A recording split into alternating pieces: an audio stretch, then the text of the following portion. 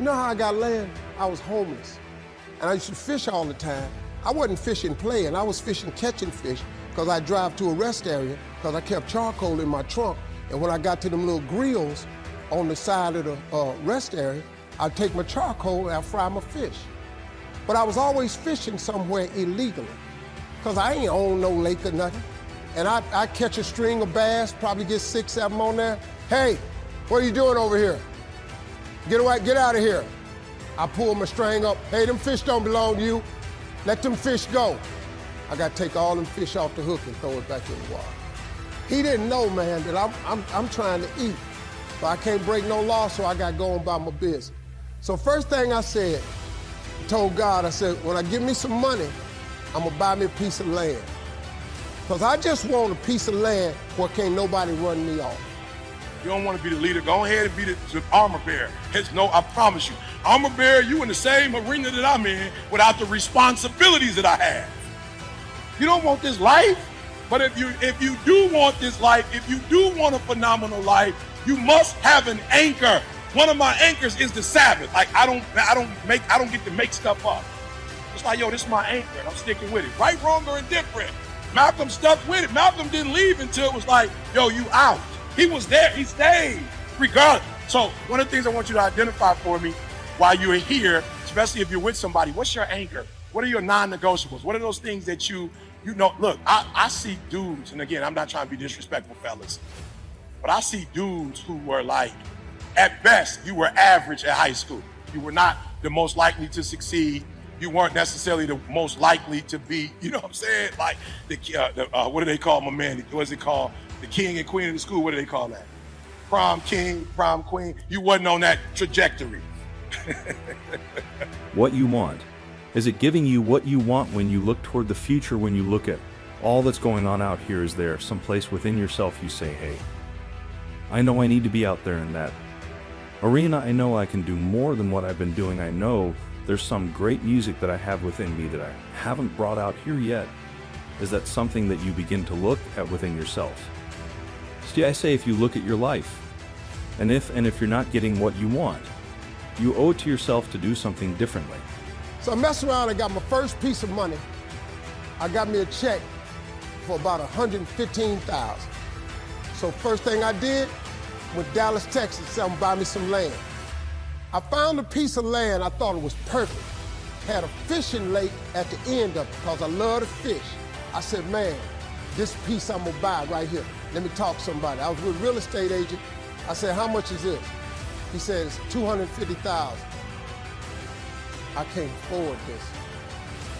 So I got about $115,000. He said, I don't think you're gonna be able to get it for that, but I'll make a call. So he called the guy. The guy said he would take $115,000 now and I could pay him the rest later. And before I did it, I said, hey man, let me ask you something. How much land is that? He said, oh, that's 6 acres. But the person that I'm with, they like me like that. The person I'm with is agape. I got here because they was ride or die. But you all the way out in the deep of success with no anchor. You about to drown. Because now she looking at you when you looking at yourself like, I do got it going on. No, you don't. Not like that, you don't. Not like that. And again, there's nothing wrong with the fact that you don't got it going on like that. That's a lot of responsibility. I feel sorry for the bros that got that look, that also got 5, 6 kids with 5, 6 different women. I feel sorry for my man because he is that smooth and he keep getting that kind of attention, but he don't got the kind of discipline to be with one person. So now he's screwing up a whole bunch of people's lives. That's a lot of responsibility. I don't want it. My man, tall, dark, bro, have it. Praise God. You walk out, the female, you got it going on everywhere you go. People dropping what a responsibility. Praise God, you can have it. There are certain things that God specifically have in mind for you and only you for you in your career and your life and lifestyle to get from where it's at to where God is ultimately destined for it to be. You're going to have to shed some excess fat. You're going to have to shed some dead weight. You're going to have to shed a few pounds in people in order for you to ultimately get to where you're destined to be. And it's going to feel lonely. There's not going to be the same jokes. it's not going to feel the same as it does right now. And that's the sacrifice. The depth of your struggle, the depth of your sacrifice will determine the height of your success. The ultimate test of character molding and shaping in sacrifice is to understand that you're supposed to go off and be on your own and do your thing. Everybody here has had the experience of starting to read about a subject, think about a subject, become interested in a subject, and suddenly you started to attract into your life books, magazines, articles, conversations, people, opportunities to expand on that subject. You had that experience before? What you do is you create a force field, which we cannot explain scientifically, but it is a field of vibration that goes out from you and attracts back into your life everything that you need to realize your dominant goal. God got great life for you, man. But you're going to have to ask for it. And when you ask for it, you're going to have to believe it. After you believe it, you got to put your work in. Now, if you don't want to do the work that it takes to be successful, this man with his success, if you knew how hard he worked, if you knew the hours he put in, the hours his daddy put in, if you knew what it really took, it's daunting.